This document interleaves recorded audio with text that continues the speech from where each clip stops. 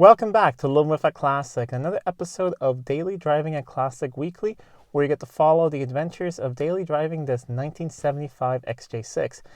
This week, we're going to go through the car, though, because there are a few issues with it. Since I started daily using it, a couple of things have sort of, gotten a little glitchy or even broken, and I haven't really had a chance to fix them at the moment because I'm dependent on this car.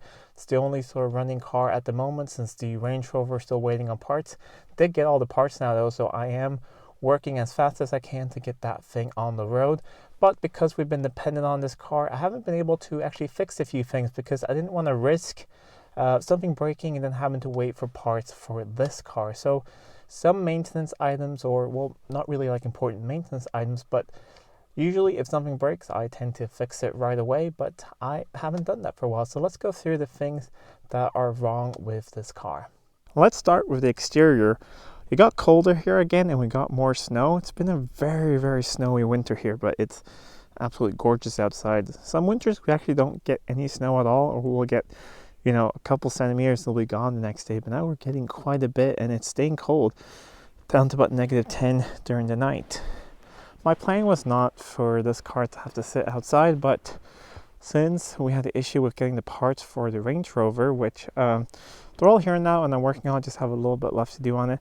It's sort of been stuck in the front of the barn where I plan on parking this thing at night so everything could thaw out and I could keep it inside on days I don't need it. So it's been out in the weather, which has not been planned, and I do feel a little bit bad for it, but it has done really well, except for the small issue with that sometimes the door locks do freeze up. But I bought a spray that you can spray into the door locks that will instantly unthaw them, and then you're pretty much good to go. So that's something I've had to do on certain days when it's been very, very cold. Otherwise, it has been fine. But now we're going to go through things that are broken. So let's start with probably the worst thing that's broken is this door handle here. I've not been able to get into that back door for probably about 3 or 4 weeks now. Something happened at one point. I don't know. I was trying to unlock it from the inside with the flap and something just went click. So it is basically locked, even though the flap says it's unlocked, and I can push the button in. Look, it's a little bit frozen now, and nothing will happen. It's basically as if the door is locked. I haven't done anything about it because it would mean removing the whole back seat and trying to remove the door card from the inside, and don't actually need that door at the moment. But as soon as I have the Range Rover on the road and I can take this thing off the road for a couple days, I will sort that out because it's very annoying. One other thing you may notice is there's a piece of trim missing here.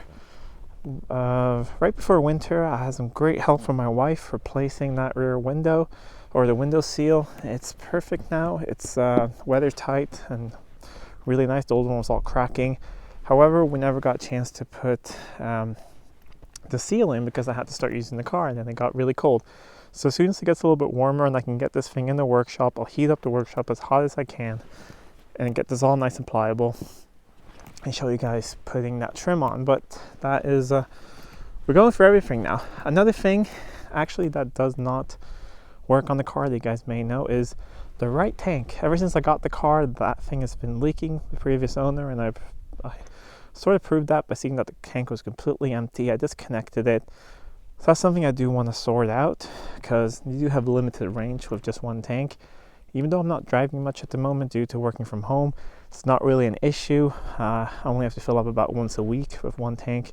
However, it would be nice to have 2 tanks. In case you're wondering, it's about 47 liters per side, so they're quite big tanks, but it does help to have both. It's a big car. Otherwise, back here, everything is pretty much fine. Everything is working as it should. If you're wondering, yes, they do have proper winter tires on it. These are studded Nokia not completed tires, which work really well. All other doors work and function as they should. No issues at all with that. And everything else back here is pretty much fine, except I just saw that, so that must have fallen off up here. Yes, it has. So you see small little things like that. I'll put that back. That's probably from trying to slam the door shut when everything's a little bit frozen. So that's all really fine on this side. And lights and everything are fine. of course, brakes and everything. I find the car did pass the MOT in the summer, so all the safety things like that, there are no real issues at all. But we can have a look under the bonnet at the engine, and there are a few small things there that we can have a quick look at. If you haven't been able to tell before how cold it is, now I guess you can see because there's frost on the engine. Everything under here is actually working pretty well, except now when it's gotten really, really cold, the first minute or so of the engine running, I do have a slight exhaust leak from the back here, and then it goes away. So that's also one thing that as soon as I can get the car in the workshop, I will fix that. It's not terrible, it's about a minute or so and it goes away, but I do need to do something about that. I don't know what happened, if I put something together wrongly or if a bolt or so's gone off. I haven't looked at it. I don't want to make it worse. Some people might just try and tighten it up, but I don't want to make it worse since it does become gas tight after a minute or so. But when I can get the thing off the road for a bit, that will be fixed. Otherwise, it's not really leaking anything. It's not using any oil. It's not using any coolant. Carburetors are working fine. Battery's working fine. But one thing is sometimes not working as it should. When it's been really, really cold and really, really sort of humid outside, yes, there's supposed to be a plastic panel over here, but I took it off just to check things.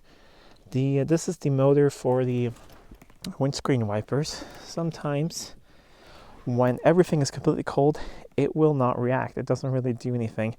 But if you wait like another 2 minutes or so for some engine heat to get in here, it will start working and working just fine. So probably just take that apart and clean it out.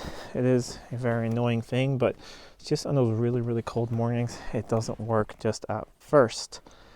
Which is also one of those things that normally I would just fix right away, but it's been way too cold to do that outside. Also, I don't want to take it apart and find out that something's breaking and I can't get it back together, because I do need the windshield wipers. But once everything's warmed up, they work just fine. Now we'll go into the driver's seat and have a look at other small things in there. Actually, before that, we'll have a small look at the interior. If you're not familiar with the car, when I bought it about a year ago, it had a blown head gasket. So we sorted that out on the channel and got the car back on the road, did everything myself. And I said then that if I plan on keeping the car, I'm going to do something with the interior. I do think I'm going to keep the car for a while, so that is something I want to do when it's warm outside, and I'll daily drive something else for a while. It is quite worn, however, it's not completely split everywhere. It's split here in the seam. That is actually the worst split in all the interior, and that is the worst wear. But the interior really does let the car down, and I haven't even bothered really doing anything with it because it's in bad shape, and I try to ignore it. The wheel looks nice, the dash looks really nice, new headlining, all that. Paint and stuff is really nice on the car. I mean, the car is really solid, no rust at all. It's just the interior that's really terrible. So it needs new carpets and an interior. Don't know if I want to redo this one or try and find a better one. So I'm on the hunt for that. However, a very kind subscriber has said that he has a set of headrests and they're willing to send those to me, which are in better shape. So I'm very happy about that. Get some that are actually not completely collapsed like these, and it will look a lot nicer. But let's just get in the car, and all the gauges and everything work as they should. However, one light has gone out a couple of weeks ago. The light here for seeing that gauge is at night. So I've ordered a set of all new lights, but I replace them all at once because you have to take these out to get to them. So that's something I want to do, but everything else basically works as it should. Over here as well, the rear window work. I do have a small little weird electrical glitch I had a week ago, and now it's fine. But basically that sometimes the interior lights and the map lights would not really light up. When you open the door, the interior lights wouldn't go on, and not with the button here. But when I jiggled the button a bit, it would work. So I think I'm going to take this apart, clean the contacts, and hopefully that should solve it. Let me see, just close the door a bit. Maybe that will help with the noise outside. Otherwise, heater works as it should after going through that. Fans and all that. Gearbox works really well. This is a bracelet my daughter made. So you see, it is as a family car. There's stuff like that in here. There's WD-40 and the lock spray to unthaw the locks if it's really cold outside. And yeah, the ice scraper. And this thing, which is really great. This is, if you're not aware, it's a, they're called pingy. So it's a sort of gelatin marbles in there. Same that you get in those little packs when you buy electronics, from China or something that cake moisture out. It's basically one of those. Don't actually know exactly what's inside, but once this thing turns pink, it's starting to, then this thing has soaked up as much moisture as it can.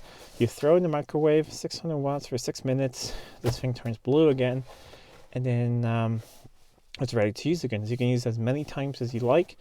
I just keep it here in the car, usually up here, and it helps get rid of any moisture in the car. One other thing that is not working exactly as it should is over here. Can't see it right now, but when it is warmer outside and it rains a lot, I'll get a few small drops here and a small leak down onto the ground. I have already sort of found out, I think, what the issue is. It's with this seal over here. So when it gets a little bit warmer, I'm going to seal that from the outside and fix that. But otherwise, the car is pretty much tight, and yeah, everything else is actually working at the moment. Even the clock is ticking and working as it should, even though I think the time is wrong on it. But yeah, okay, one thing actually that is not as it should be is the stereo in it. It is one that I did not put in it. It's one of those retro units meant to look like an old one, and uses, yeah, Bluetooth and stuff. Not really great sound quality. However, there's a little tab here. As soon as it got cold, that thing snapped so it doesn't stay open. However, I'm going to replace it with another unit and put in the original speakers. They're supposed to be in here. Previously, when I put that in, I don't think they match the style very well. But otherwise, everything else is pretty much as it should be. And that's it for this video. I hope you guys liked seeing that it's not always, everything's not always perfect with an old car. Things do break. Usually I try to fix things right away because I want to have basically everything working. I think it's, everything should work on the car. However, at the moment, I can't really do that. I don't want to stand outside and work on this. It's -10 outside and really quite freezing and snow. So as soon as I can get the Range Rover on the road, which should be in the next couple of days, I can put this thing down there in the barn, let it thaw out, put some heat in there, or it's not windy in there and it's a little bit warmer inside. I mean, it is above freezing at least, and then I can finish some of these things that are broken on it.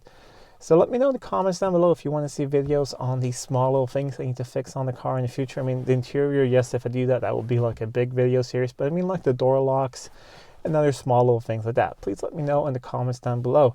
Also, are there any things that are broken on your car that you actually keep broken? I know some people believe the whole thing of you should keep one thing broken on cars that tend to break a lot, so not to jinx it. I don't believe that, but some people do. And let me know if there's something particular that just keeps being broken on your classic car. Anyways, if you like this video, please give it a thumbs up, share it with your friends. If you want to see any more of this content, please subscribe to the channel. It really does help out a lot. Anyways, until next time, I'm Adam, and this was Living with a Classic. I'll see you soon.